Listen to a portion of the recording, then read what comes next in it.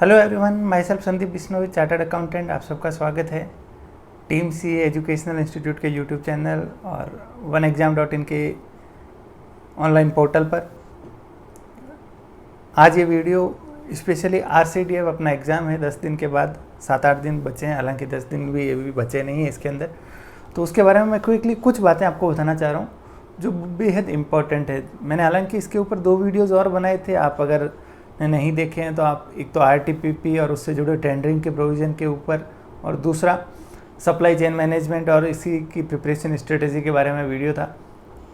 तो हालांकि उसमें अगर आप देखना रह गया तो आप उसको ज़रूर देखें। अब उसी के अंदर टेंडरिंग के अंदर कुछ अमेंडमेंट है बेसिकली, जो एग्ज़ाम के लिए काफ़ी रेलेवेंट है। तो मुझे लगा कि नोट्स के अंदर तो हालांकि ये चीज़ें कवर्ड है, लेकिन अलग से मुझे बतानी चाहिए क्योंकि ये स्पेशल चीज़ें हैं। तो इन टॉपिक्स को मैं अलग से आपको बता रहा हूँ, और मैं आपको बताऊं कि टेंडरिंग और इन सब चीज़ों के अंदर मैं लास्ट 2 से ज़्यादा टाइम हो गया, 2 साल से ज़्यादा यूँ कहूँगा, मैं इसी चीज़ के अंदर लगा हुआ हूँ, काम कर रहा हूँ। प्रैक्टिकली इन सारी चीज़ों को मैंने अनुभव किया है, देखा है। तो मुझे लगता है मैं इसको आपको बेटर समझा पाऊँगा, एक्सप्लेन कर पाऊँगा। तो इस वीडियो को आप ज़रूर देखें, छोटा सा है लेकिन चीज़ बड़े काम की है ये, ठीक है। चलिए शुरू करते हैं। सबसे पहली चीज़ मैं ये बताऊंगा कि जो अभी एग्ज़ाम है RCDF का, उसका कोर्स अपना अवेलेबल है OneExam.in ऐप, जिसका लिंक डिस्क्रिप्शन में आपको मिल जाएगा, या वेबसाइट के ऊपर भी जाके ले सकते हो। उसके अंदर एक तो जो सारे नोट्स हैं अपने कॉमर्स के 80 मार्क्स के लिए, वो सारे कवर्ड है। उनके ऊपर प्रैक्टिस MCQ है। तो अगर आप 10 दिन भी देते हैं, 8 दिन देते हैं, 1 वीक देते हैं अगला, तो उसको एक बार क्विकली पढ़ सकते हो। 499 का कोर्स है। उसके अलावा आप JUNL की तैयारी कर रहे हैं, जूनियर अकाउंटेंट या AO की, तो उसके भी कोर्सेज जो है हमने 50% 40% उसके अंदर डिस्काउंट करके प्राइसेस को कम कर दिया, जिसके अंदर आपके notes, practice MCQ, mock test, video lectures, practice test, revision के लिए नोट्स, सारी चीज़ें अवेलेबल, जहां आपको हेल्प मिल सके हमने हमारी तरफ से सारी चीज़ें आपको अवेलेबल करवाई है। अब कुछ चीज़ों में इशू रहता है, जैसे लैंग्वेज का इशू रहता है, कई हिंदी स्टूडेंट्स को लैंग्वेज समझ नहीं आती, हिंदी की समझ नहीं आती, या कुछ इंग्लिश वालों को हिंदी में दिक्कत आती है, या जैसे एक पार्ट B की टेस्ट सीरीज़ है, वो हमने हिंदी और इंग्लिश जैसा मिला क्योंकि हम सब लोग कॉमर्स बैकग्राउंड से है। तो पार्ट B की टेस्ट सीरीज़ है, उसको भी हमने जैसे तैसे करके कंप्लीट किया, 10 टेस्ट को 199 नॉमिनल कॉस्ट पे उसको। तो इन चीज़ों को आप ज्वाइन कर सकते हो। डेफिनेटली कहीं ना कहीं आपको प्रिपरेशन में, अगर आपको लगता है इनसे आपको हेल्प मिल सकती है, तो आप इनको ज़रूर इस्तेमाल करें। इसके अलावा बाकी फ्री कंटेंट जो है आपको इसी चैनल की प्लेलिस्ट अगर आप विजिट करोगे तो सब्जेक्ट वाइज आपको प्लेलिस्ट मिलेगी, और हर सब्जेक्ट के अंदर कंप्लीट लेक्चर्स मिलेंगे। एक तो अभी नई है, एक उससे पुरानी और प्लेलिस्ट मिलेगी, जहां आपको हेल्प चाहिए, चाहे RCDF का, कॉस्टिंग का, बजट, FM टैक्स, जहां चाहिए सारे लेक्चर्स आपको मिल जाएंगे। ओके, चलिए शुरू करते हैं। मुद्दा अपना है अभी का कि मैं आपको एक बार सिलेबस के ऊपर नज़र डालना चाहता हूँ। आप देखिए, सप्लाई चेन मैनेजमेंट आप पढ़ सकते हो, नोट्स दिए हुए हैं। उसी के अंदर वेंडर मैनेजमेंट आ जाता है, इन्वेंट्री मैनेजमेंट आ जाता है। आप चाहो तो मैं इसको क्विकली बता भी सकता हूँ। देखिए, सप्लाई चेन मैनेजमेंट बेसिकली हमने कहा था, सप्लाई चेन के अंदर बिल्कुल एंड कंज्यूमर से लेके मैन्युफैक्चरर, ये एक चेन होती है कि भाई मैन्युफैक्चरर ने गुड्स बनाए, होलसेलर के पास गए, रिटेलर के पास गए, और कंज्यूमर जो फाइनली गुड्स को कंज्यूम कर रहा है वहाँ तक पहुँचे। एक तो ये चेन है, इसको बोलते हैं सिर्फ डिस्ट्रीब्यूशन, बनाया और यहाँ तक डिस्ट्रीब्यूट करके पहुँचा दिया। अब अगर हम बैकवर्ड जाते हैं, मैन्युफैक्चरर अलग अलग जगह से सोर्सिंग करके रॉ मटेरियल लेके आ रहा है, कहीं से बाहर से चाइना से कोई प्रोडक्ट इंपोर्ट कर रहा है, तो ये अगर पूरी चेन अपन मिलाते हैं, सप्लायर से लेके कंज्यूमर तक, इसको बोलते हैं अपन सप्लाई चेन, ठीक है। तो इसी के अंदर सप्लाई चेन मैनेजमेंट का ये कॉन्सेप्ट है। दूसरा, वेंडर मैनेजमेंट। वेंडर मैनेजमेंट क्या होता है कि हम जिन जिन वेंडर्स से सामान परचेज कर रहे हैं उनको मैनेज करना, उनकी ग्रेडिंग करना, उनकी कैपेसिटी के हिसाब से उनका क्लासिफिकेशन करना कि कौन कितने समय में मटेरियल दे सकता है, कौन कितना उधार दे सकता है, क्या क्रेडिट पीरियड है, किसका क्वालिटी कैसी है, लो क्वालिटी, हाई क्वालिटी, ये वेंडर मैनेजमेंट होता है। इसी से जुड़ा हुआ एक कॉन्सेप्ट होता है वेंडर मैनेज्ड इन्वेंट्री। सुनना ध्यान से, एग्जाम के लिए रेलेवेंट है। VMI शॉर्ट फॉर्म भी दे सकते हैं, आपको फुल फॉर्म पूछ सकते हैं। VMI का मतलब होता है वेंडर मैनेज्ड इन्वेंट्री, एक नया कॉन्सेप्ट है। देखिए, आज मान लो मैं बात करूं, मैं जहां काम कर रहा हूं वहीं का, मैं अगर डिस्कॉम हूं, बिजली घर हूं, मैं काम कर रहा हूं यहाँ पे, तो हमें क्या चाहिए कि हमें पोल चाहिए, ट्रांसफार्मर चाहिए, इसके अलावा अलग अलग इलेक्ट्रिकल इक्विपमेंट चाहिए। कहाँ चाहिए? फील्ड के अंदर अलग अलग जो ऑफिसेज है अपने, वहाँ पे चाहिए, क्योंकि कंज्यूमर वहाँ आता है और अपने कनेक्शन के लिए रिक्वेस्ट करता है, तो उसको इतने पोल, ट्रांसफार्मर उसको इशू करने पड़ते हैं। अब एक तो तरीका होता है कि डिस्कॉम क्या करे, इतना सारा मटेरियल परचेज करके अलग अलग जगह स्टोर करके रखे, तो स्टोरेज कॉस्ट प्लस जो मटेरियल की कॉस्ट है उसके ऊपर इंटरेस्ट की कॉस्ट अब कब आएगा कंज्यूमर, उसका इंतजार कर, साल हो गया, 2 साल हो गया, मटेरियल ख़राब भी हो सकता है, आग लग सकती है। तो इतना सारा रिस्क लेने की बजाय फिर ज़रूरत पड़ी कि इसकी इन्वेंट्री को मैनेज करने की ज़रूरत पड़ी। तो कॉन्सेप्ट आया क्या, इन्वेंट्री मैनेजमेंट का, कि भाई आप ABC सिस्टम आप जिसको बोलते हैं, EOQ इन्वेंट्री, इस तरीके से ऑर्डर करने की कम से कम कॉस्ट लगे, होल्डिंग कॉस्ट कम लगे। तो ये अलग अलग कॉन्सेप्ट ईजाद हुए, आप जानते होंगे, कॉस्टिंग में पढ़ते भी होंगे मटेरियल चैप्टर के अंदर। समझ पा रहे हो मेरी बात? उसी के संदर्भ में सबसे लेटेस्ट डेवलपमेंट है, लेटेस्ट कॉन्सेप्ट है VMI, वेंडर मैनेज इन्वेंट्री। क्या होती है वेंडर मैनेज इन्वेंट्री? कि जहां डिस्कॉम जो है वो क्या कर रहा है, डायरेक्ट वेंडर से ही इन्वेंट्री मैनेज कर रहा है। मतलब जैसे डिस्कॉम ने कॉन्ट्रैक्ट कर लिया 10 पोल मैन्युफैक्चरर के साथ, 10 ट्रांसफार्मर मैन्युफैक्चरर के साथ, कि हम जब भी आपको ऑर्डर देंगे आपको तुरंत क्या करना है, मटेरियल वहाँ पे सप्लाई करना है। अब मान लो अचानक जालोर से रिक्वायरमेंट आई कि इतने पोल चाहिए, तो डिस्कॉम खुद होल्ड नहीं कर रहा है पोल खरीद के, वो क्या करेगा, सीधा वेंडर को फ़ोन लगाएगा, उसको मैसेज देगा कि भाई ये इतने पोल की रिक्वायरमेंट आई है, आप डायरेक्ट वहाँ पहुँचा दीजिए। तो ये मैनेज करना पड़ता है कि उनको पहले से आपको ऑर्डर देके रहना पड़ेगा, उनको पहले से इंटीमेट करना पड़ेगा कि आप प्रोडक्ट इतना इतना बना के अपने पास रखिए। तो अपनी जो इन्वेंट्री है वो डायरेक्टली कौन मैनेज कर रहा है, अपने वेंडर्स मैनेज कर रहे हैं। इसको बोलते हैं वेंडर मैनेज्ड इन्वेंट्री या VMI। ओके, तो इसी से जुड़ा हुआ ये इन्वेंट्री मैनेजमेंट और वेंडर मैनेजमेंट। फिर आता है कॉन्ट्रैक्ट मैनेजमेंट। तो इसके अंदर मैं आता हूँ, इसी के जुड़ा एक टॉपिक मैं आपको बताने वाला हूँ, फिर मैं इस पे आता हूँ कॉन्ट्रैक्ट मैनेजमेंट के ऊपर। अब आपको याद हो तो मैंने आपको जो वीडियो था उसके अंदर एक चीज़ बताई थी, क्या, टेंडरिंग, और उसका पूरा प्रोसेस बताया था। एक बार मैं क्विकली चाहता हूँ आप इसको देखें वापस पूरे प्रोसेस को शुरुआत से। क्या था प्रोसेस? तो सबसे पहले हमने कहा था कि मान लो ये अपनी कंपनी है JDVNL, ठीक है, इसकी हम बात कर रहे हैं, ठीक है, JDVNL की। इसको क्या करना है, कुछ मटेरियल प्रोक्योर करना है, सामान परचेज करना है अपने लिए। क्योंकि ये गवर्नमेंट कंपनी है तो डायरेक्ट परचेज तो कर नहीं सकते, कंपनी है, इसके बिहाफ पे इसके जो ऑफिसर्स हैं सीधा दुकान पे जाके भाव तोल कर नहीं सकते, क्योंकि उसमें गड़बड़ होने के चांसेस है, आप बढ़ा चढ़ा के रेट पे ले सकते हो। तो टेंडरिंग का कॉन्सेप्ट तो मैंने बताया था कि टेंडर की प्रक्रिया होती है, उसके जरिए हम परचेज करते हैं। अब JDVNL क्या करेगा, सबसे पहले अपनी रिक्वायरमेंट तय करेगा। रिक्वायरमेंट मतलब मुझे सालाना कितने माल की ज़रूरत तो पड़ेगी। ओके, स्टेप नंबर 1 हो गया।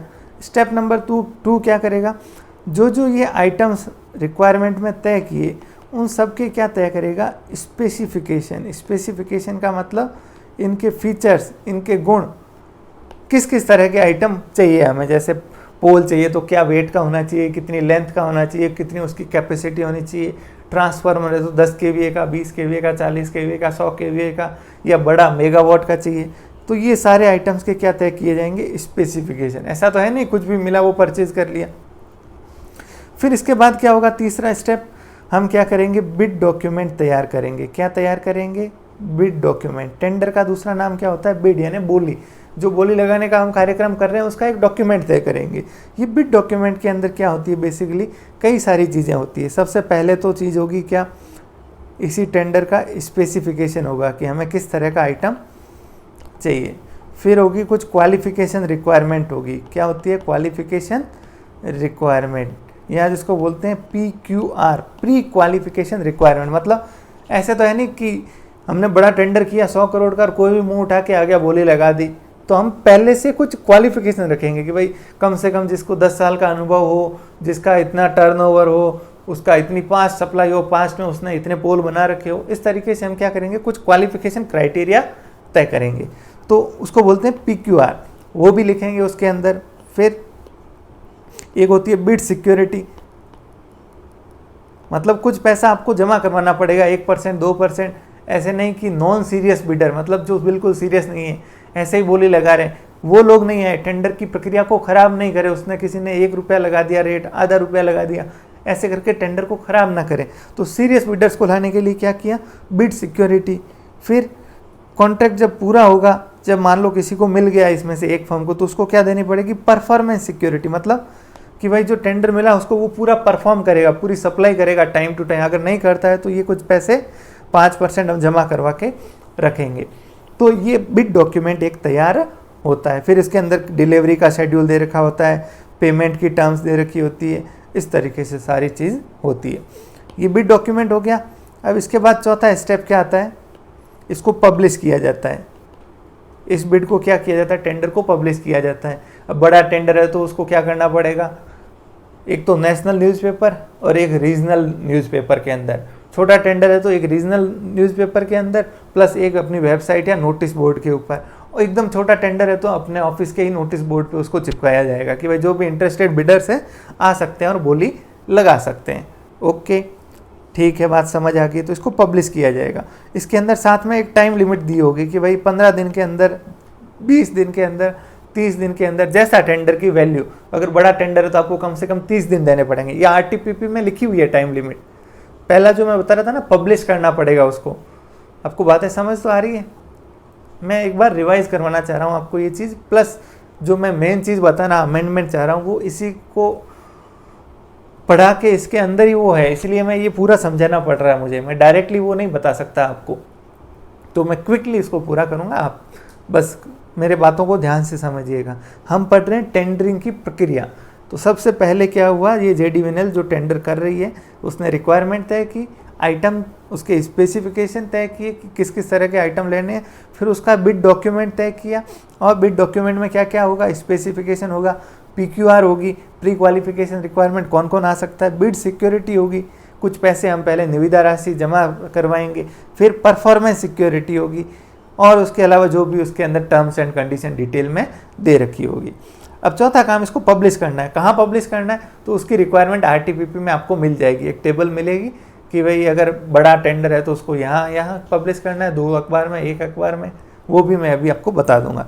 तीसरा, टाइम लिमिट दे रखी होगी, 15 दिन, 20 दिन, 30 दिन मिनिमम देने पड़ेंगे कि भाई 30 दिन तक टेंडर ओपन रहेगा, लोग आ सकते हैं उसके ऊपर।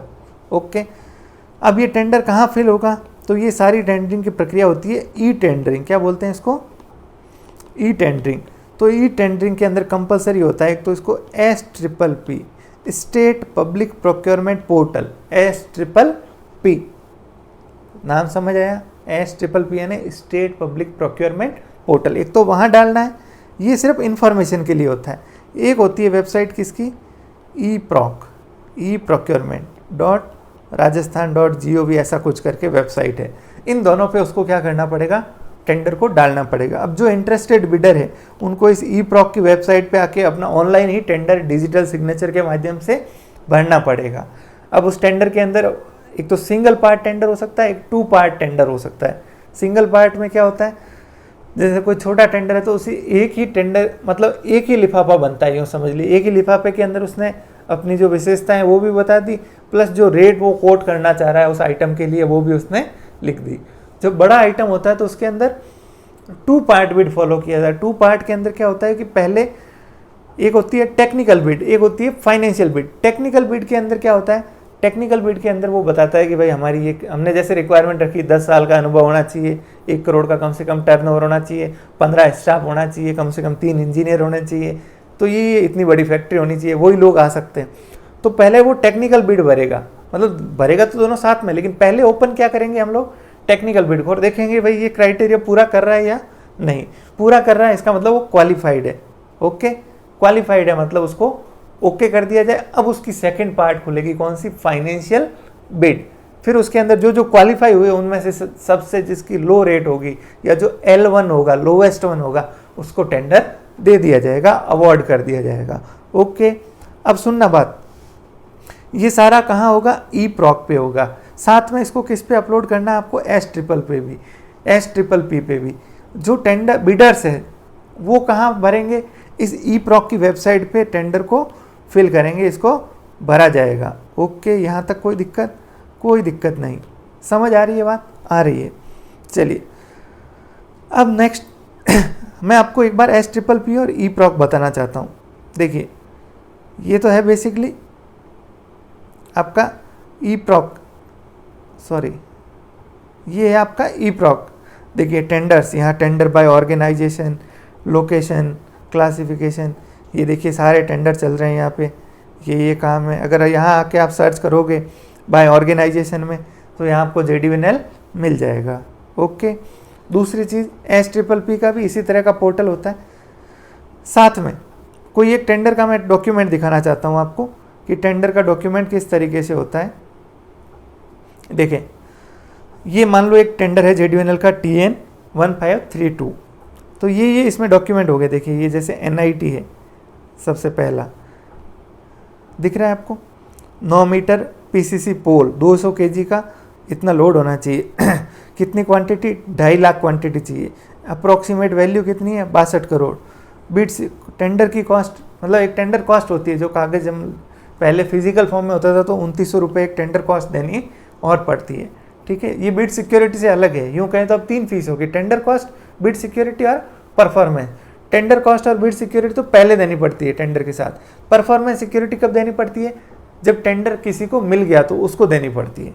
ये जो टेंडर कॉस्ट है ये नॉन रिफंडेबल होती है, बिड सिक्योरिटी रिफंडेबल होती है, परफॉर्मेंस सिक्योरिटी रिफंडेबल होती है। ओके सर, समझ आ रहा है। फिर ये ई प्रोक्योरमेंट है, इस तरीके से वेबसाइट पे जाके आप भर सकते हो, सारी चीज़ें यहाँ पे दे रखी है। और क्या होता है टेंडर में, एक होता है इंस्ट्रक्शंस टू बिडर, ITB बोलते हैं जिसको। उसमें डिटेल में इंस्ट्रक्शन दिए होते हैं बिडर्स को ई टेंडरिंग के लिए कि आपको इतने लिफाफे होने चाहिए, ये फीस है। जो अर्नेस्ट मनी किसको बोलते हैं, बिड सिक्योरिटी का ही दूसरा नाम है क्या, अर्नेस्ट मनी। कंफ्यूज मत होना, बिड सिक्योरिटी और अर्नेस्ट मनी एक ही है। पहले इसको अर्नेस्ट मनी बोलते थे, अब क्या बोलते हैं, बिड की सिक्योरिटी। ओके, जिस पे अमेंडमेंट है हम डिस्कस करेंगे।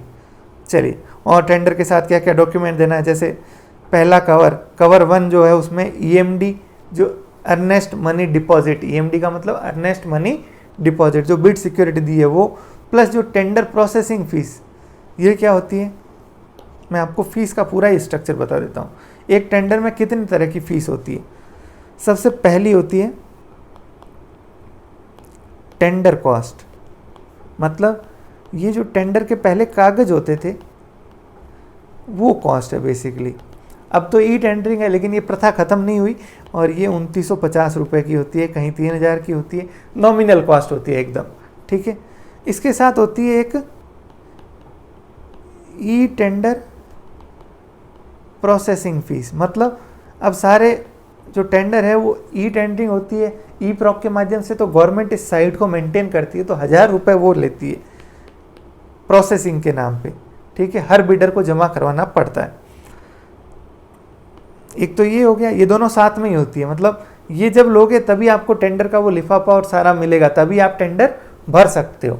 फिर आपको दूसरी चीज़ भरनी है, क्या, बिड सिक्योरिटी।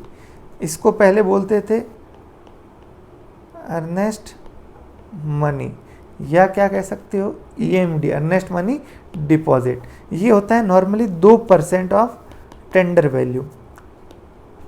जो टेंडर की वैल्यू है उसका 2% आपको ये जमा करवाना पड़ेगा। किसके साथ, टेंडर जमा करवाते वक्त। और अगर आपने ये नहीं करवाया तो आपका टेंडर क्या हो जाएगा, रिजेक्ट हो जाएगा। और मान लो आपने टेंडर भर दिया, ये क्यों होती है मैं इसलिए बता रहा हूँ, ये इसलिए होती है कि मान लो एक तो नहीं दिया तो सीधा रिजेक्ट हो गया, अब टेंडर भर दिया, उसके बाद आपको टेंडर मिल गया, मान लो आप L1 आ गए, लोएस्ट 1 आ गए, और आपको टेंडर अवॉर्ड हो गया। अब आप मुकर गए कि हमें तो नहीं लेना, हम तो मजाक कर रहे थे, तो ये 2% आपका क्या हो जाएगा, जब्त हो जाएगा। लेकिन आपको टेंडर मिला, आपने उसको एक्सेप्ट कर लिया, स्वीकार कर लिया। एक्सेप्ट करने का मतलब आपने उसके ऊपर कॉन्ट्रैक्ट कर लिया, प्लस परफॉर्मेंस सिक्योरिटी जो होती है 5% वो दे दिया आपने, तो आपको ये क्या हो जाएगी, रिफंड हो जाएगी 2%। ओके, तो ये दोनों तो लगते हैं टेंडर के साथ में। तीसरी चीज़ आती है फीस, कौन सी, एक होती है परफॉर्मेंस सिक्योरिटी।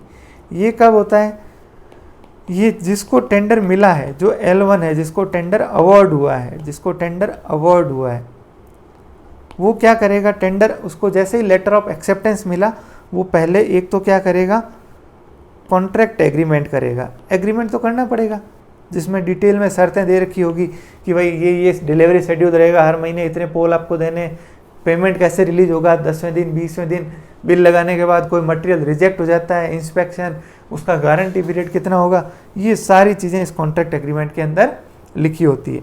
साथ में उसको क्या देना पड़ेगा, एक परफॉर्मेंस सिक्योरिटी 5% या जितना भी अमाउंट हम अभी डिस्कस करेंगे, इसमें कुछ अमेंडमेंट है, तो ये दोनों उसको जमा करवानी पड़ती है। जैसे ये दोनों जमा करवाए, उसकी जो बिड सिक्योरिटी है वो क्या हो जाएगी, रिफंड हो जाएगी। आपका सवाल होगा सर जो बाकी अनसक्सेसफुल बिडर है, अनसक्सेसफुल का मतलब मान लो 10 बिडर आए, ऑर्डर तो इसको L1 को मिला, बाकी 9 लोगों को क्या बिड सिक्योरिटी वापस मिलेगी? तो उसको क्या कर दी जाएगी, 9 को रिफंड कर दी जाएगी, क्योंकि उनको तो टेंडर मिला ही नहीं। जब्त कब होगी, जब उसको टेंडर मिला और उसको लेने से मना कर दिया, तो ये परफॉर्मेंस सिक्योरिटी जमा करवानी पड़ेगी। अब जब उसने पूरा ऑब्लिगेशन पूरा कर दिया, कॉन्ट्रैक्ट खत्म हो गया, 1 साल बाद सारा मटेरियल सप्लाई कर दिया, पेमेंट हो गया, तो उसकी ये परफॉर्मेंस सिक्योरिटी भी उसको क्या हो जाएगी, रिफंड हो जाएगी। बात समझ आई? आ गई सर? ओके, अब सुनना बात ध्यान से। ये हुआ, इसके बाद टेंडर क्या होंगे, ओपन होंगे। नेक्स्ट स्टेज, टेंडर क्लोजिंग की डेट आएगी, टेंडर ओपन होगा। 2 पार्ट में हो सकते हैं, टेक्निकल बिड का टेंडर, टेक्निकल बिड और फाइनेंशियल बिड। टेक्निकल बिड में जो क्वालिफाई होंगे, जो सफल होंगे, उनकी क्या ओपन की जाएगी, फाइनेंशियल बिड। फिर उनकी एक लिस्ट बनाई जाएगी, उसमें L1 L2 जो कम ऊपर इस तरीके से सीक्वेंस में लिखे जाएंगे। फिर जो L1 है, या तो कंपनी क्या कर सकती है, JDNL इसको एक्सेप्ट कर लिया कि भाई रेट रीजनेबल है, स्वीकार कर लिया, या कंपनी को लगता है नहीं यार ये सब लोग तो मिले हुए, इन्होंने रेट 1000 की चीज़ को सबने मिलके 1500 और उससे ऊपर ही रेट कोट की है, तो वो क्या कर सकता है, नेगोशिएशन के लिए कॉल कर सकता है, भाव तोल करने के लिए बुला सकता है। नेगोशिएशन हमेशा ध्यान रखना किसके साथ होगा, L1 के साथ ही होगा। नेगोशिएशन ऑलवेज किसके साथ होगा, L1 के साथ, जो लोएस्ट वन है उसके साथ। लोएस्ट वन ने मना कर दिया कि हम तो साहब नहीं करते, जो 1500 दी फाइनल है, 1 रुपया भी कम ना करेंगे, नेगोशिएशन में ऐसा बोल दिया। तो अब क्या कर सकते हो आप, इसके बाद L2 को कॉल कर सकते हो, किसके लिए, नेगोशिएशन के लिए। उसने भी मना कर दिया कि नहीं हम भी रेट कम नहीं करेंगे, तो आपके पास लास्ट ऑप्शन बचता है डिस्कॉम के पास कि वो एक क्या कर सकता है, काउंटर ऑफर दे सकता है। क्या दे सकता है, काउंटर ऑफर। उसने कहा कि भाई हम वापस आपको काउंटर ऑफर दे रहे हैं, कितने का, 1400 रुपये का, अगर आप एक्सेप्ट करते हो तो बात बन जाएगी। तो ये टेंडरिंग की पूरी प्रक्रिया होती है। अब इसके अंदर क्या है, जो बिड सिक्योरिटी और परफॉर्मेंस सिक्योरिटी है, कोरोना काल चल रहा था इसलिए सरकार ने इसमें कुछ राहत दी है बिडर्स के लिए, कि उनके पास पैसा तो है नहीं ज़्यादा, MSME फर्में होती है, स्मॉल एंड मीडियम स्केल की जो फर्में होती है, छोटे लेवल की, उनके पास इतना पैसा होता नहीं है, इसलिए उनको राहत देने के लिए क्या किया गया है, ये काम किया गया। समझिएगा किस तरह की राहत दी है। देखिए, तो बिड सिक्योरिटी और जो परफॉर्मेंस सिक्योरिटी है उसको 31 दिसंबर 2021 तक के लिए, 31 दिसंबर 2031 तक के लिए कम कर दी गई है। तो पहले क्या थी और कम क्या की है, ये एग्ज़ाम के लिए काफ़ी ज़रूरी है आपके लिए जानना। तो मैं इस चीज़ को आपको बताता हूँ। देखिए, पहले क्या थी और अब क्या कर दी गई है।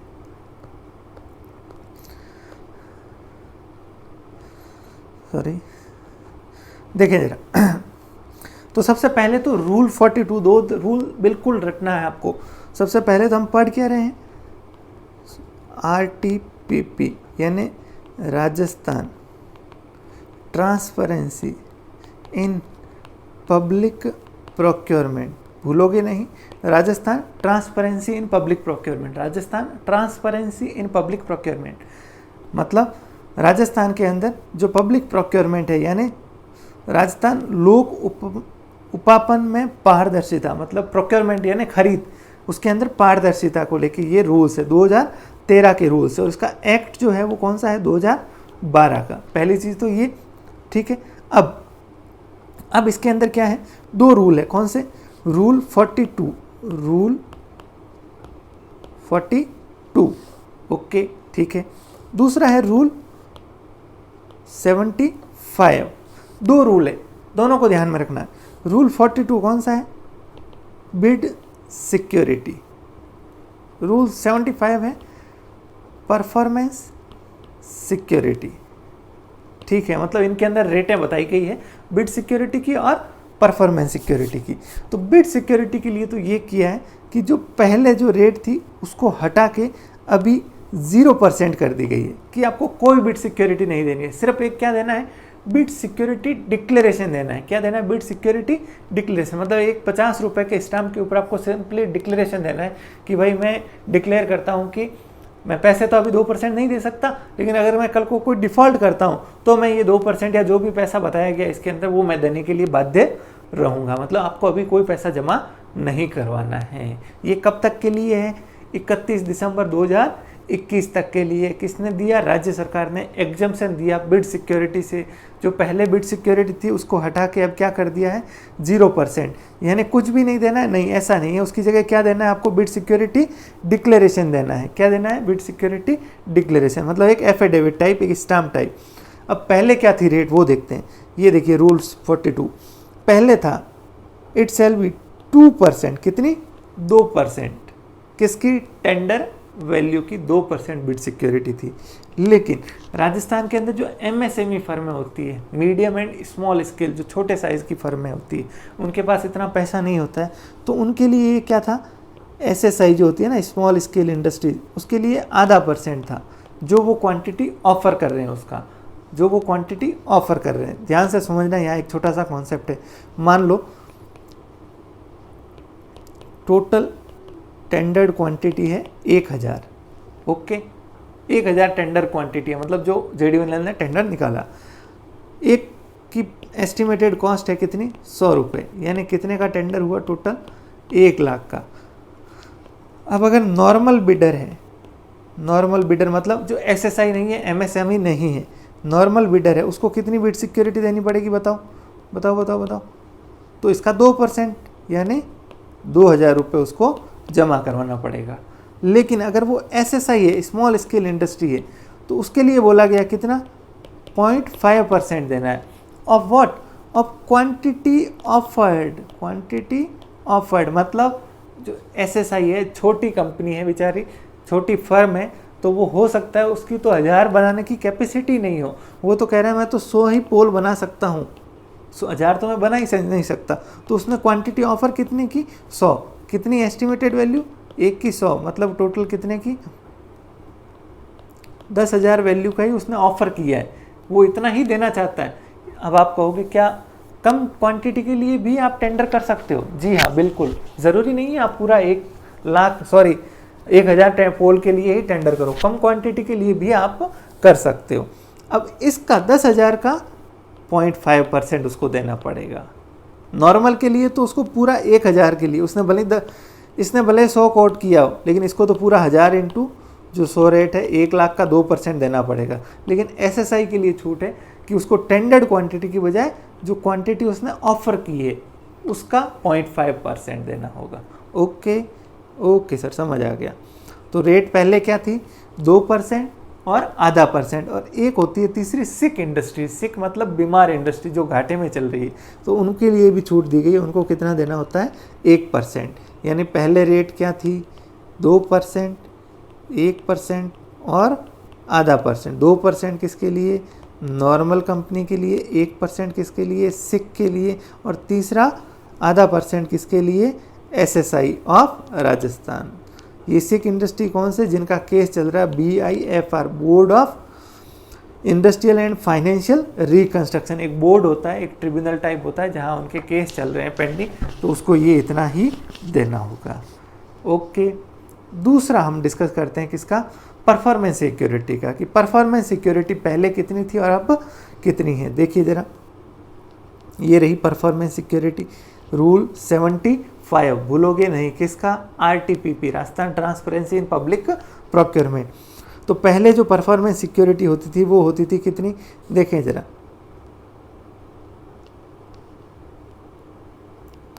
The amount of performance security shall be 5%। कितना? 5%। Okay, as may be specified in bidding document. या तो 5% या जो बिडिंग डॉक्यूमेंट में बताया गया है वो, ठीक है। एंड ये किसके केस में? गुड्स एंड सर्विसेज के केस में। ओके, गुड्स और सर्विसेज का टेंडर है, गुड्स और सर्विसेज का, तो 5%। And 10% in case of work order. और अगर वर्क्स का केस है, वर्क्स क्या होते हैं, गुड्स सर्विस क्या होते हैं?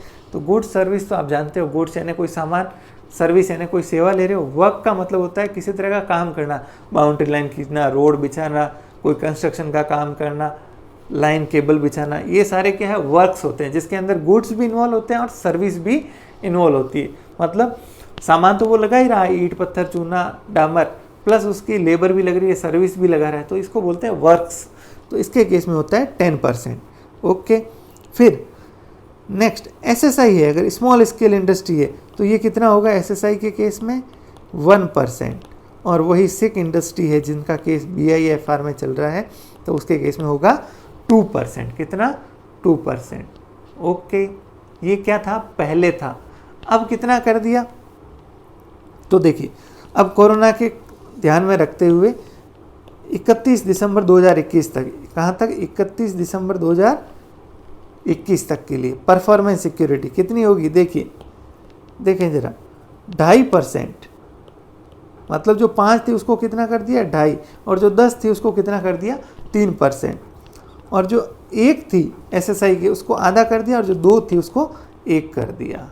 ओके, बात समझ आई? थोड़ी थोड़ी आई। चलिए इसको फटाफट एक बार रिवाइज करवा देता हूँ मैं आपको। एग्जैक्टली अब फाइनली परसेंटेज क्या है? एक तरफ पहले लिखते हैं हम bid security, rule 42 of RTPP। बताएं, ओल्ड मतलब जो नॉर्मली क्या थी रेट, ओल्ड नहीं कहेंगे, नॉर्मली, और एक ये जो कोविड पीरियड है, कौन सा? अप टू 31/12/2021 तक के लिए। बताएं, पहले क्या थी? अगर नॉर्मल बिडर है, नॉर्मल बिडर का मतलब जो SSI नहीं है, कोई बड़ी कंपनी है, राजस्थान के बाहर की कंपनी है, तो उसको कितना देना होता था? 2% ऑफ टेंडर वैल्यू, जो टेंडर की टोटल वैल्यू है उसका 2%। अगर SSI है, मतलब स्मॉल स्केल इंडस्ट्री है, कितना? 0.5% ऑफ टेंडर वैल्यू। नहीं, टेंडर वैल्यू नहीं, किसका? क्वांटिटी ऑफर्ड, जो उसने क्वांटिटी ऑफर की उसका। फिर सिक इंडस्ट्री है तो 1% ऑफ टेंडर वैल्यू। कोविड के दौरान कितनी होगी बताओ? तीनों हटा दी, सिर्फ क्या देना है इसकी जगह? Bid security declaration. एक डिक्लेरेशन देना होगा, कितने के स्टाम्प पे? 50 रुपये के स्टाम्प पर। ओके, समझ आ गई? दूसरा प्रोविज़न हमने पढ़ा परफॉर्मेंस सिक्योरिटी का। परफॉर्मेंस सिक्योरिटी कौन सा? Rule 75 of RTPP। ओल्ड क्या था? पहले क्या था? पहले था अगर नॉर्मल बिडर है और वो उसको अगर कॉन्ट्रैक्ट मिलता है, अवार्ड होता है, तो उसको देना पड़ेगा कितना? 5%। किस केस में? गुड्स और सर्विसेज के टेंडर में। और यही नॉर्मल अगर किसका टेंडर है? 10%। अगर किसका टेंडर है? वर्क्स का टेंडर है तो। ओके, अगर SSI है तो 1%, और अगर सिक इंडस्ट्री है तो 2%। ओके, तो देखिए वर्क्स और गुड्स में फर्क सिर्फ नॉर्मल के केस में। SSI और इसमें सब के लिए, चाहे गुड्स हो, चाहे सर्विस हो, चाहे वर्क्स हो, तीनों के लिए 1% और 2%। ओके, यहाँ सिर्फ एक फ़र्क है, क्या? कि यहाँ अगर वर्क्स का केस है तो उसको 10% देना पड़ेगा। अब कोरोना के दौरान क्या कर दिया इसको? तो इसको सबको आधा कर दिया, यूँ कह दीजिए। 5 की बजाय क्या कर दिया? 2.5%। 10 का सीधा इन्होंने पहले 5 किया था, फिर 3% कर दिया। 1 का आधा % और 2 का 1%, 50% डिस्काउंट दे दिया सीधा। ओके, ठीक है सर, बात समझ आ गई ये तो।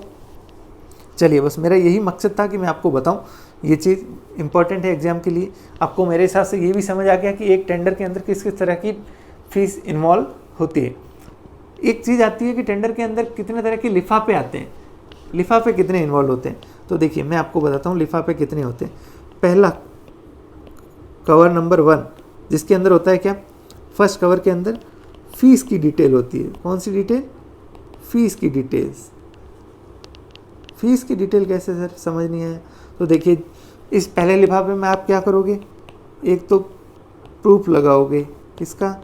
जो टेंडर कॉस्ट आपने भरी, जो 2900 रुपये में बता रहा था ना, प्लस जो टेंडर प्रोसेसिंग फीस 1000 रुपये की जो होती है, जो टेंडर प्रोसेसिंग फीस भरी, उसका प्रूफ। साथ में और क्या लगता है? बिड सिक्योरिटी जो जमा करवाई, डीडी या बैंक गारंटी या जो भी, उसका प्रूफ, सॉरी,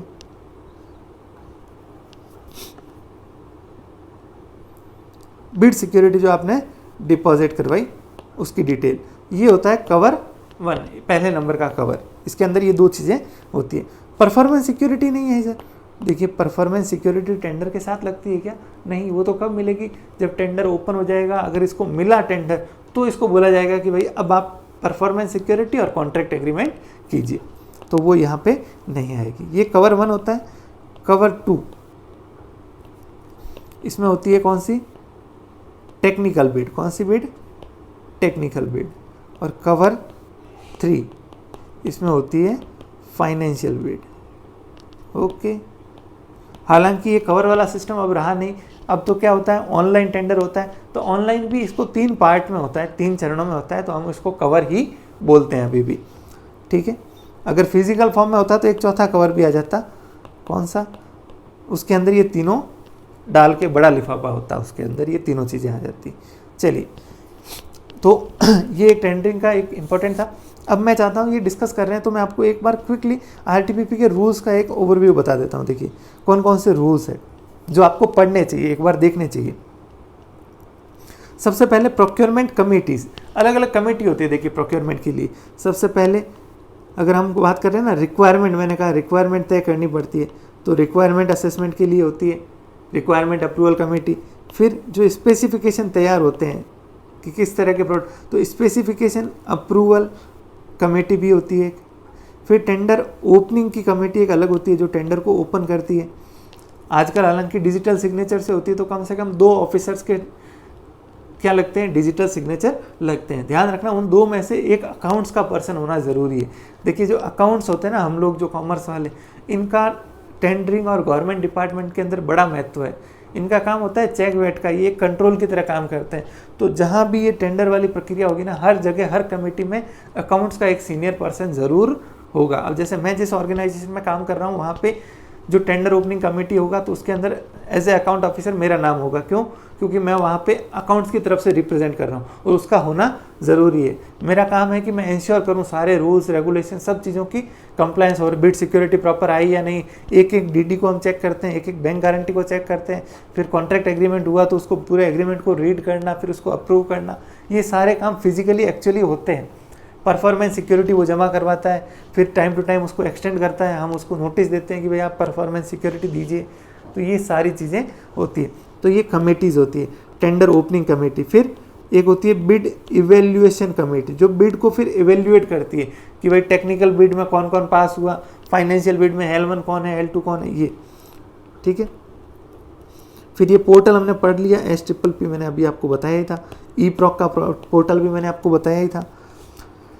नीड प्लान बनाना, ये नंबरिंग सिस्टम, एक हर टेंडर का एक यूनिक नंबर होगा। जैसे मैंने अभी आपको सर्च करके दिखाया ना, ये TN 1532, तो एक सीक्वेंस चलेगा, ऐसे नहीं कुछ भी नंबर रख दिया। अब इसके अगला टेंडर जो होगा 1533 होगा, 1534 होगा, इस तरीके से, ठीक है। फिर एक प्रोक्योरमेंट रजिस्टर मेंटेन करेगी हर ऑफिस। क्या होगा उसके अंदर कि जो जो टेंडर हो रहे हैं उन सब की डिटेल, किसको ऑर्डर दिया, कितने का ऑर्डर दिया। फिर बोली लगाने वाले प्रोक्योरमेंट के मेथड्स मैंने आपको बताए थे, उस वीडियो में अवेलेबल है। अब ध्यान रखना, ये जो हम जनरली पढ़ते हैं इसको बोलते हैं ओपन टेंडर बोलते हैं, जिसमें सब लोग आ सकते हैं। इसके अलावा भी एक होता है जैसे सिंगल टेंडर, डायरेक्टली किसी से ले लिया, या लिमिटेड टेंडर 2-3 लोगों से ले लिया। तो ये सिंगल टेंडर, लिमिटेड टेंडर, इनके अंदर ये बिड सिक्योरिटी और ये कॉन्सेप्ट नहीं होता। एक अकेले से तो ले रहे हो, उससे क्या बिड सिक्योरिटी लेनी। लिमिटेड टेंडर 3 लोगों से ले रहे हो, अब जिनको आपने सेलेक्ट किया 3 लोगों को या जिनसे ले रहे हो, वहाँ बिड सिक्योरिटी और ये प्रोविज़न एप्लीकेबल नहीं होते। फिर ये अलग अलग मेथड दे रखे हैं देखिए, ठीक है, स्पॉट परचेज और ये रेट कॉन्ट्रैक्ट मैंने आपको बताया था। फिर एक परचेज प्रेफरेंस, और ये देखिए 2-3 है। एक होता है ये वेंडर रजिस्ट्रेशन, कि आपने पहले से अपने अप्रूव्ड वेंडर की लिस्ट बना दी कि हम इनसे सामान परचेज करेंगे। टेंडर के अंदर ही एक डाल दी कि भाई जो बिडर है वो हमारे पास रजिस्टर्ड होना चाहिए, A कैटेगरी का होना चाहिए या B कैटेगरी का। इस तरीके से आप पहले से उनकी लिस्ट मेंटेन करके रख सकते हो। दूसरी चीज़ एक होता है रूल 32, जो बोलता है कुछ आइटम है जो आपको डायरेक्ट प्रोक्योरमेंट करना है, मतलब बिना टेंडर के डायरेक्ट सीधा प्रोक्योरमेंट करना है। जैसे स्टील परचेज कर रहे हो तो आपको SAIL steel authority of India से ही परचेज करना है, फिर उसमें टेंडर करने की कोई ज़रूरत नहीं है। तो इसमें पूरी लंबी चौड़ी लिस्ट दे रखी है रूल 32 का, इसके एंड में दे रखी होगी, आप देखना। रूल 33 है क्या, परचेज और प्राइस प्रेफरेंस। ये कहता है जो राजस्थान की फर्में होती है एमएसएमई, मतलब राजस्थान की छोटी फर्में, उनको आपको प्रेफरेंस देना है प्राइस में और परचेज में। जो भी माल ले रहे हो कम से कम 20% आपको एमएसएमई फर्मों से ही लेना पड़ेगा, ताकि छोटे उद्योगों को क्या मिले, बढ़ावा मिले। फिर ये सारे आपने देख लिए, हमने पढ़ लिया। बिड सिक्योरिटी हम पढ़ चुके हैं, ठीक है। पहले कोई क्लेरिफिकेशन, ये आप सिर्फ हेडिंग देखोगे ना तो समझ आ जाएगा। जैसे यहाँ से प्रिपरेशन ऑफ बिड डॉक्यूमेंट तैयार करना, सिंगल पार्ट और 2 पार्ट बिड। सिंगल पार्ट में तो एक में ही टेक्निकल प्लस फाइनेंशियल होती है, इसमें 2 पार्ट में दोनों अलग अलग होते हैं। क्वालिफिकेशन, एलिजिबिलिटी, टाइम फ्रेम, ये ज़रूरी आप ध्यान रखना, इसको पढ़ना। रूल 42 पढ़ना भाइयों, टाइम फ्रेम दे रखी है कि कितने दिन में टेंडर ओपन होगा, कैसे होगा, ठीक है। फिर ये सेल ऑफ डॉक्यूमेंट जो हमने कहा ना, टेंडर कॉस्ट वो। फिर बिड की वैलिडिटी, तो इसमें बोला गया है कि बिड की वैलिडिटी आपको टेंडर में ही लिखनी पड़ेगी। भाई आज जो बोली लगा रहा है, मान लो आप में से किसी ने बोली लगाई टेंडर के लिए, अब मैं टेंडर करने वाले JDNL ने 1 साल तक कुछ नहीं किया, 1 साल बाद उसको टेंडर खोल के आपको बोला कि ले हम आपके ऊपर ऑर्डर देते हैं। अब आप कहोगे ये तो रेट 1 साल पहले दी थी, आज मैं थोड़ी दे सकता हूँ। तो हर बिड की एक वैलिडिटी होती है, हर टेंडर के अंदर वैलिडिटी लिखी जाएगी। अधिकतम ये कितनी हो सकती है, कोई लिमिट नहीं है, लेकिन RTPP भी इसके ऊपर कहता है आपको अधिकतम 70 दिन से ज़्यादा नहीं रखनी है, ठीक है। फिर इस तरीके से ये सारा दे रखा है। विड्रॉ नहीं कर सकते आप बिड लगाने के बाद, फिर ओपन होगी, फिर उसकी प्राइमरी एग्जामिनेशन होगा कि प्रॉपर सील साइन है या नहीं। फिर टेक्निकल बिड को टेबुलेशन किया जाएगा, उसको प्रॉपर लिस्ट में, मैंने कहा ना उस वीडियो के अंदर बताया था कि जैसे यहाँ लिखेंगे टर्नओवर, यहाँ लिखेंगे एक्सपीरियंस, यहाँ लिखेंगे फैक्ट्री की साइज़, फिर इधर देखेंगे ए लिमिटेड क्या टर्नओवर को पूरा कर रहा है, एक्सपीरियंस को पूरा कर रहा है, क्वालिफाई हो रहा है या नहीं, इस तरीके से। फिर फाइनेंशियल बिड की टेबुलेशन होती है कि भाई किसने कितनी रेट दी, किसने कितनी रेट दी। इस तरीके से ये पूरा चलेगा। यहाँ जाके हमने नेगोशिएशन पढ़ा। कहीं अगर आपको लगता है कि कंपटीशन की कमी है, लैक ऑफ कंपटीशन, आपने 1 महीने के लिए रखा, 2-3 लोग ही आए या एक ही व्यक्ति आया, एक ही रेस्पॉन्सिव बिडर आया, तो आप क्या कर सकते हो, या तो चाहो तो टेंडर को एक्सटेंड कर सकते हो, दोबारा से एडवर्टीजमेंट कर सकते हो। फिर कर दिया, फिर भी आपको लग रहा है एक ही आया, कोई दूसरा आया ही नहीं, तो आप वहाँ पे रीजंस रिकॉर्ड करके भाई हमने इतना इतना विज्ञापन किया, सारी कोशिश कर ली, लेकिन ये अकेला ही आया है, फिर उसके बाद आप टेंडर क्या कर सकते हो, ओपन कर सकते हो। इसको बोलते हैं लैक ऑफ कॉम्पिटिशन। फिर नेगोशिएशन मैंने आपको बताया। फिर नेगोशिएशन के बाद जो फाइनली होता है LOA जारी होता है, ये ध्यान से सुनना। LOA क्या होता है, लेटर ऑफ एक्सेप्टेंस या लेटर ऑफ अवॉर्ड। जैसे L1 बिडर जो आया उसके साथ नेगोशिएशन किया, एक रेट फाइनल हो गई, या नेगोशिएशन के पहले ही उसको अप्रूव कर दिया, जो L1 ने जो कोट किया एज इट इज हमने एक्सेप्ट कर दिया। तो ये एक्सेप्टेंस हम उसको कैसे बताएंगे, तो उसके लिए एक लेटर ऑफ एक्सेप्टेंस जाता है कि आपकी रेट जो है, इस रेट को हम अप्रूव करते हैं और डिटेल में परचेज ऑर्डर हम आगे देंगे अगले 15 दिन के अंदर। जो डिटेल परचेज ऑर्डर होता है वो 50 पेज का 30 पेज का होता है, उसमें सारी शर्तें लिखी होती है, लेकिन उससे पहले क्या दिया जाता है, एक LOA दी जाती है, लेटर ऑफ एक्सेप्टेंस या लेटर ऑफ अवॉर्ड। ओके, इसके बाद क्या होगा, परचेज ऑर्डर दिया जाएगा जिसको बोलते हैं PO। ये देने के बाद 15 दिन में उसको क्या करना है, कॉन्ट्रैक्ट एग्रीमेंट करना है, अनुबंध करना है, प्लस परफॉर्मेंस सिक्योरिटी जमा करवानी है। ओके, एक ये प्रोविज़न है रूल 73, इसको ध्यान से देखिएगा।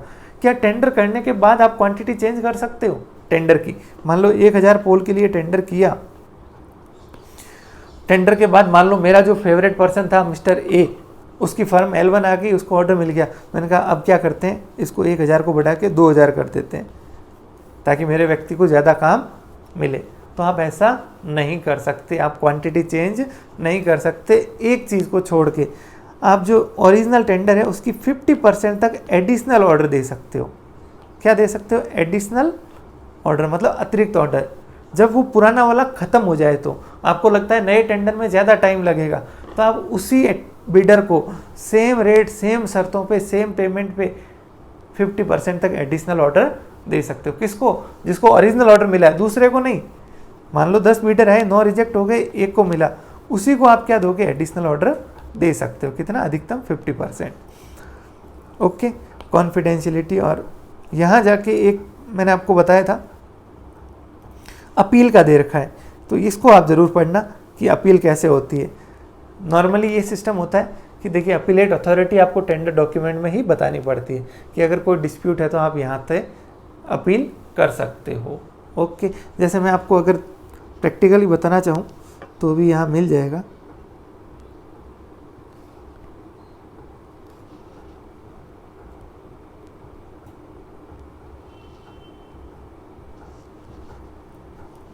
तो अपील का नॉर्मल सिस्टम होता है ना, जैसे देखिए कोई एग्रीव्ड पर्सन है, जैसे बिड कमेटी ने फैसला लिया, किसी को बाहर कर दिया टेक्निकल बिड से, ठीक है, उसको डिस्क्वालीफाई कर दिया, उसका कहना है मैं तो क्वालिफाई हूँ, तो वो क्या कर सकता है? अपील कर सकता है। ओके, उसके अगेंस्ट हायर अथॉरिटी को। चलिए अब इसके साथ ही मैं एक चीज़ और मैं बताना चाहता हूँ। अपने अगर आप सिलेबस देखोगे तो सिलेबस के अंदर बाकी तो चीज़ें वही नॉर्मल है। एक कॉस्टिंग के अंदर है बजट, कैपिटल और रेवेन्यू बजट। तो देखिए, कैपिटल और रेवेन्यू बजट क्या होता है? कैपिटल बजट वो होता है जिससे कोई असेट या लाइबिलिटी जनरेट हो रही है। रेवेन्यू बजट होता है डे टू डे जो खर्चे होते हैं, ऑपरेटिंग एक्सपेंसेस, उसका होता है। इनकम एक्सपेंसेस का बजट होता है। जैसे अगर मैं डिस्कॉम का ही एग्जांपल लूँगा, अगर कैपिटल बजट है गवर्नमेंट की ऑर्गेनाइजेशन, तो उसमें क्या होगा कि भाई जो नेक्स्ट ईयर है, अगला साल है, उसके दौरान कितने नए जीएसएस बनेंगे, कितनी नई लाइनें खींची जाएगी, कितने नए कनेक्शन दिए जाएंगे, ये सारे कैपिटल वर्क है, मतलब जिनसे कोई असेट जनरेट होगा, ये लॉन्ग टर्म डिस्कॉम को सर्व करेंगे। साथ में एक बजट बनेगा रेवेन्यू बजट, जिसके अंदर इनकम साइड में तो दिखी जाएगी कि भाई बिजली बेच के कितनी इनकम आएगी, फिर खर्चों में आएगा सैलरी कितनी होगी स्टाफ की, नॉर्मल मेंटेनेंस कितना होगा, ऑपरेटिंग एक्सपेंसेस कितने होंगे, डेप्रिसिएशन कितना होगा, ये सारी चीज़ें। तो ये दो तरह के बजट होते हैं, कैपिटल बजट और रेवेन्यू बजट। हर ऑर्गेनाइजेशन में दो बजट बनते हैं।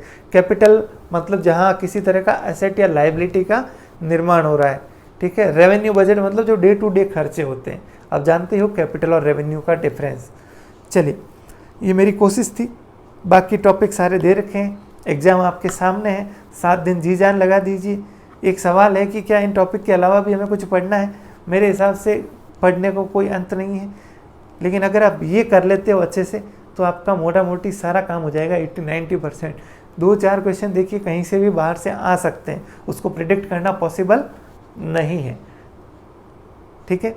तो आप उसके बजाय अपने सिलेबस पे फोकस कीजिए, अच्छे से कीजिए इसको, कहीं भी हाइपर होने की ज़रूरत नहीं है। सिंपल चीज़ें हैं, सिंपली उसको कीजिए। आरटीपीपी मैंने बता दिया आपको, जो जो सेक्शन काम के हैं सिर्फ उन्हीं को देखना है वापस। ये कुछ रूल्स जो मैंने बताए जैसे 42 और उससे पहले एक ये वाला मेथड्स ऑफ प्रोक्योरमेंट, ये इन चीज़ों को देखना है। और बाकी देखिए, ऑल द बेस्ट, धन्यवाद। और इन सब के कोर्सेज अपनी वेबसाइट पे अवेलेबल है, तो इस टाइम पे अगर आपको लगता है इनसे कुछ फ़ायदा मिल सकता है, बहुत नॉमिनल कॉस्ट पे है, तो हम लोगों को भी कुछ फ़ायदा हो जाएगा, मेहनत रंग लाएगी। दूसरा, चैनल को ज़रूर सब्सक्राइब कीजिए और हमें इंस्टाग्राम पे और टेलीग्राम पे ज़रूर ज्वाइन करें। आपको एग्ज़ाम से संबंधित सारी अपडेट मिलेगी, सिर्फ यही एग्ज़ाम नहीं, आने वाले सारे एग्ज़ाम्स की। Thank you very much.